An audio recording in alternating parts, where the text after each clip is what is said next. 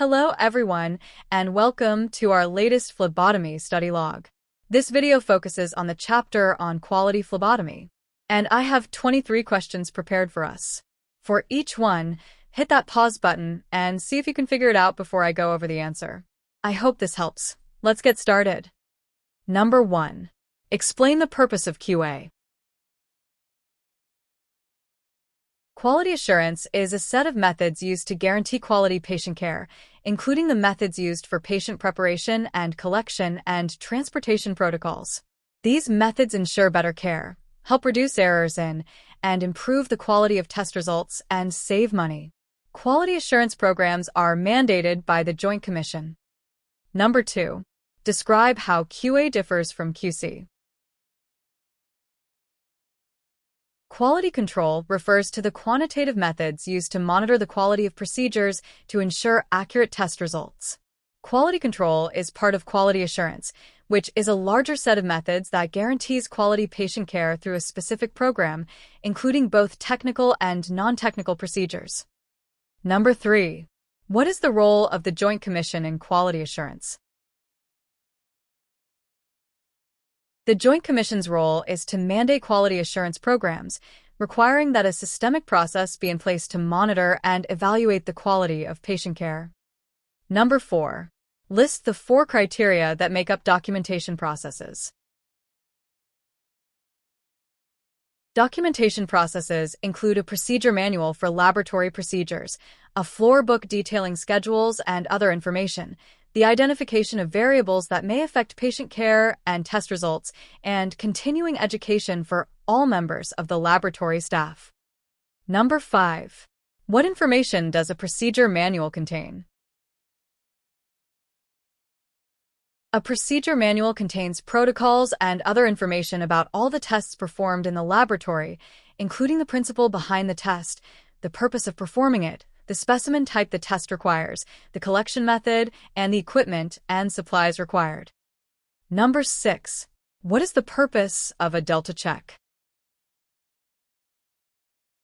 A delta check helps identify patient identification errors. This check compares previous patient results with current results and alerts laboratory personnel to the possibility of error if the difference, delta, between the two sets of results is outside the limit of expected variation. Number 7. If a patient presents with a smell of cigarettes on his or her breath, why should this be noted on the requisition? The patient's physical condition at the time of the collection has a significant effect on the sample quality. If a phlebotomist must draw from a patient who smokes, the phlebotomist must document this factor. Since smoking can affect the variables of many tests, the phlebotomist's documentation of this factor will aid in the interpretation of test results. Number 8.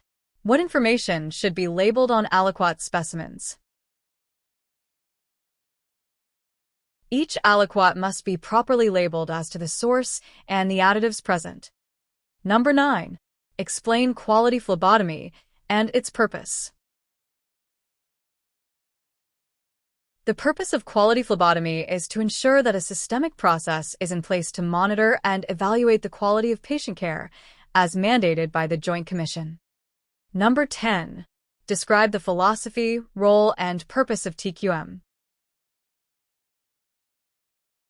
The philosophy and purpose of Total Quality Management, TQM, are to focus on continuous improvements in the quality of services provided by the laboratory.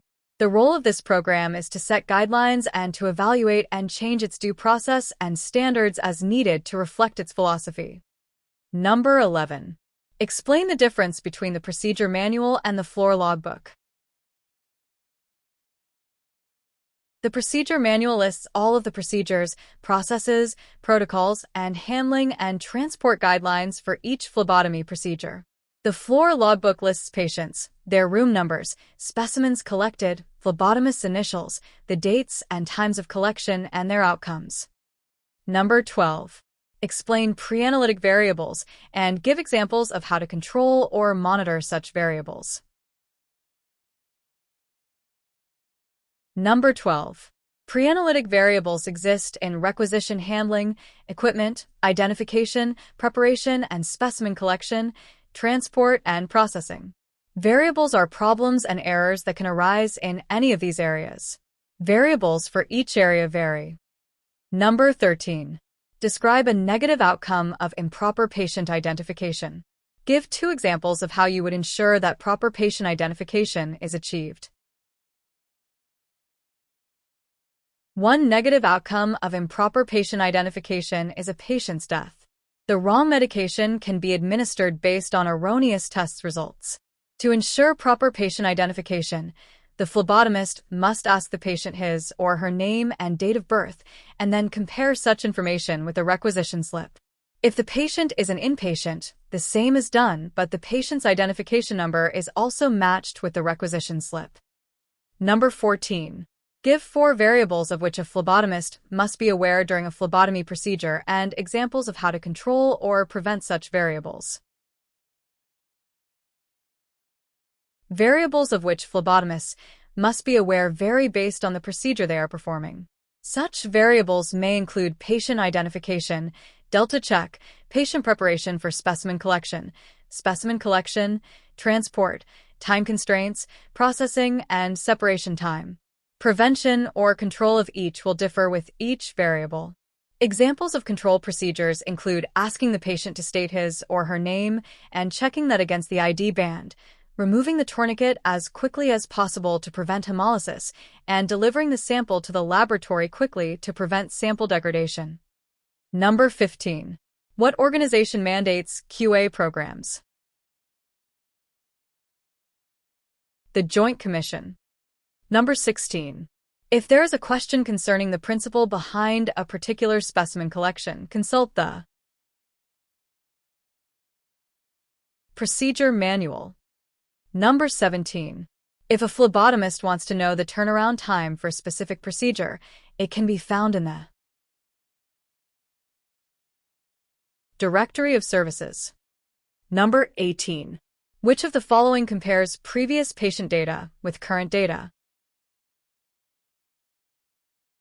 Delta check. Number 19. Fasting specimens should be collected 8 to 12 hours after eating. Number 20. The phlebotomist usually does not have complete control over which of the following variables? Patient preparation.